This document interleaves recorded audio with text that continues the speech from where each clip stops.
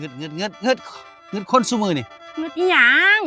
โอ้ยเจ้าบ่เห็นบอกคุ้มใจแล้วน่ะเป็นหยังผัวตายได้7 มื้อเมียเอาผัวใหม่แน่ถ้าเจ้าก็อยากได้เนาะเจ้าก็เป็นบ้าจังซี่ล่ะคนเฮาว่าฮักกันให้แต่ยามผัวตายหันบ่ทันได้3 มื้อคุณเล่นเฟซส่องหาผู้บ่าวละซาข่อยนี่มือเดียวเฮิ่นได้ข่อยนั่นอีห่านี่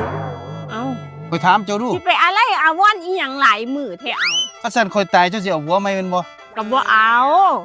ไปยังสิบ่เอาอุ้ยข่อยอายุหลายปานนี้แล้วจะเข้า40 ปีแล้วข่อยจะไปเอามายากข่อยเฮ็ดหยัง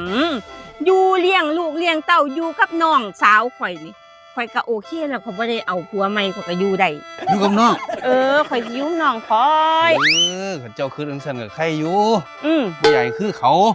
บ่คือละคนมันคนละคนกันเนาะคนสิซาสิลือเด้โซกินหลายก็จักปี2 ปีจังว่าได้ซั่นบ่หัว